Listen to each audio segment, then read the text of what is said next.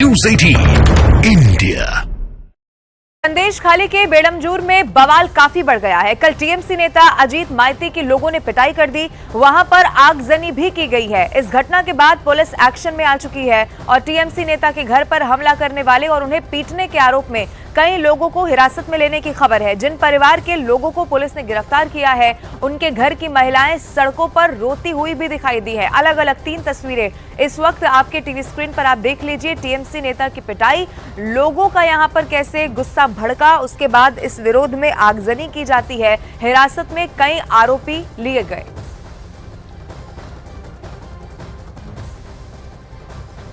BJP नेता दिलीप घोष ने भी टीएमसी नेता की पिटाई का वीडियो ट्वीट किया। संदेश खाली में टीएमसी नेता की पिटाई के मामले में कई लोगों को पुलिस ने हिरासत में लिया है, तो लोगों का गुस्सा भड़क रहा है।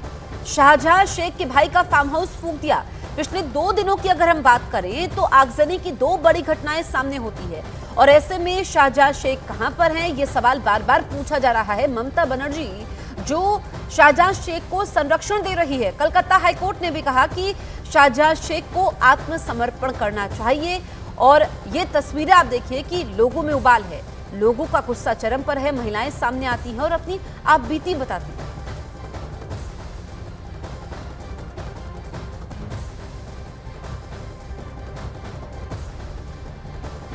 तो ये तस्वीरें आप देख लीजिए, संदेश खाली से सामने आई है। लोगों का गुस्सा भड़क रहा है, आगजनी की घटनाएं यहां पर होती है और ऐसे में सवाल ये खड़े हो रहे हैं कि ममता बनर्जी कहां पर हैं, वो संदेश खाली क्यों नहीं आई, वो शाहजहां शेख को क्यों बचा रही हैं। और लगातार सियासत इस मुद्दे पर हो रही है, लेकिन कैसे यहां पर टीएमसी नेता की पिटाई होती है। और ये आप देखिए कि पिटाई का वीडियो अब सामने आया है। टीएमसी नेता की पिटाई के मामले में कई लोगों को हिरासत में लिया गया है। तो संदेश खाली से जुड़ी लेटेस्ट अपडेट आपको बता रहे हैं। शाहजहां शेख की अग्रिम जमानत याचिका खारिज हो चुकी है। संदेश खाली के कई इलाकों में जबरदस्त बवाल देखने को मिल रहा है। शाहजहां शेख के खिलाफ सड़क पर उतरे लोग और संदेश खाली में शाहजहां शेख के गार्ड रूम में आगजनी होती है। टीएमसी नेता अजीत माइती की लोगों ने पिटाई कर दी। संदेश खाली में कई जगह पर प्रदर्शनकारियों ने आगजनी की है। बवाल करने वाले कई लोग हिरासत में लिए गए हैं। बीजेपी का एसटी मोर्चा वाला कार्यक्रम स्थगित हुआ है। मानवाधिकार पर एनजीओ की टीम नहीं जाएगी संदेश खाली, क्योंकि टीमों को रोका गया है। और पुलिस का तर्क यह है कि धारा 144 लागू है और डीजीपी वहां पर गए थे, लेकिन अभी भी सिचुएशन आउट ऑफ कंट्रोल है संदेश खाली में। और सिर्फ यही नहीं, संदेश खाली में लोगों का आक्रोश तो इस कद्र बढ़ गया है कि विरोध में लोग आगजनी पर उतर आए हैं। संदेश खाली के बेड़मजूर ग्राम पंचायत के एक स्टोर रूम में लोगों ने आग लगा दी है, जिसे पुलिस ने मौके पर पहुंचकर किसी तरह से बुझा लिया। वहीं आपको यह भी बता दें, झुपकाली में फिर से विरोध प्रदर्शन देखने को मिला। शेख शाहजहां के भाई शेख सिराजुद्दीन के एक फार्म में लोगों ने आग लगा दी। 2 तस्वीरें आपके टीवी स्क्रीन पर आप देखिए। स्टोर रूम में आगजनी की गई और उसके बाद किसी तरह से इस आग को बुझाया गया, लेकिन शाहजहां के भाई पर भी लोगों का गुस्सा किस कद्र फूटा है, वो भी तस्वीरें बयां कर रही हैं। फिर से एक आला घर में कुछ लोगों ने आग लगाई और उसके बाद एक मिছিল निकाला गया। हम लोगों का पुलिस टीम वहाँ पे घटनास्थल पे पहुँचे, आग निभाया और जो मिছিল था उसको डिस्पर्स किया। हम आपके माध्यम से फिर से एक बार संदेश खाली के जितने भी नागरिक हैं सबको एक वार्ता देना चाहते हैं कि ये जो लॉलेसनेस है, ये पुलिस एकदम बर्दाश्त नहीं करेगी। अगर जो कोई भी कानून को अपने हाथ में लेगा, पुलिस कानूनी कार्रवाई करेंगी उनके खिलाफ। उधर संदेश खाली पर सियासी पारा हाई है। बीजेपी की तरफ से ममता सरकार पर आरोप लगाया गया है कि पश्चिम बंगाल में महिलाएं सुरक्षित नहीं है, तो वहीं टीएमसी की तरफ से ये आरोप लगाया गया है कि पश्चिम बंगाल में बीजेपी कमजोर है, इसीलिए राष्ट्रीय SC/ST आयोग को भेजा जा रहा है। जो महिलाओं पर अत्याचार हुआ और उसके बाद मीडिया के साथ दुर्व्यवहार हुआ, वो निंदनीय भी है, दुर्भाग्यपूर्ण भी है। और दुख की बात यह है कि उसके बावजूद पश्चिम बंगाल की सरकार हाथ पे हाथ धर के बैठी है। महिलाओं के डेलीगेशन जो केंद्र से गए भी, उनसे या जो स्थानीय तौर पे गए, आखिरकार उनको क्यों रोका जा रहा है।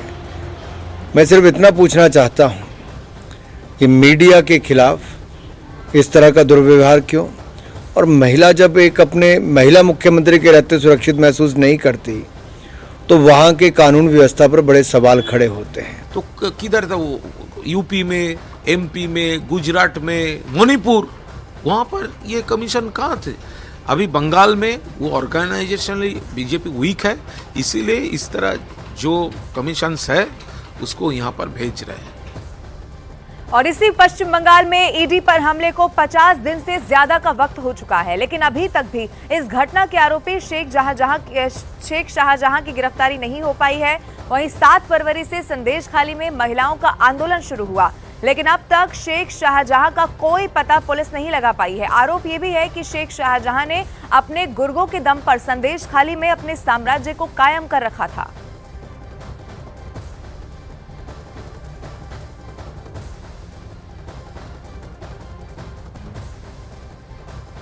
आपको शेख शाहजहां से जुड़ी एक्सक्लूसिव जानकारी बताते हैं कि कैसे वो मछुआरे से गुंडा बन गया। दरअसल छोटे से मछुआरे के तौर पर जीवन की शुरुआत उसने की और एक एक करके हम आपको बता रहे हैं कि कैसे वो गुंडा बन गया। आप देखिए कि मछली पालन बेल्ट में वो बड़ा व्यापारी बना और उसके बाद कारोबार बढ़ते ही 2004 में यूनियन का नेता बन गया। राजनीतिक पहचान बढ़ते ही सीपीएम में शामिल हो गया, पाला भी बदला। 2011 में टीएमसी में शामिल हुआ शाहजहां शेख। टीएमसी में पूर्व मंत्री ज्योतिप्रिय मलिक का खास बना। राशन घोटाले में ज्योतिप्रिय मलिक के साथ ये आरोपी भी है। तो राशन घोटाले पर ईडी की टीम छापेमारी के लिए इसके घर गई थी। शाहजहां शेख के समर्थकों ने ईडी की टीम पर हमला कर दिया था। वो तस्वीरें सबने देखी। संदेशखाली से जिला परिषद मेंबर है शाहजहां शेख, लेकिन रसूख देखिए, गुंडाई देखिए कि अभी तक पकड़ से दूर है।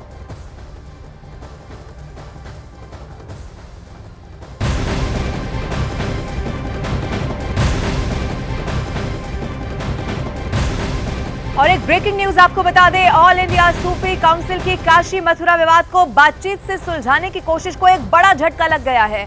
ऑल इंडिया मिल्ली काउंसिल के महासचिव मुजाहिद नकवी ने कहा कि काशी मथुरा पर सूफी काउंसिल के अदालत से बाहर विवाद सुलझाने पर मिल्ली काउंसिल की कोई राय नहीं है। ये अजमेर दरगाह शरीफ के दीवान और उनके संगठन का मत है। मिल्ली काउंसिल इससे इत्तेफाक नहीं रखता है। इसके साथ ही उन्होंने ये भी कह दिया कि अजमेर दरगाह दीवान या सूफी काउंसिल की राय भारत के सभी मुसलमानों की राय नहीं है।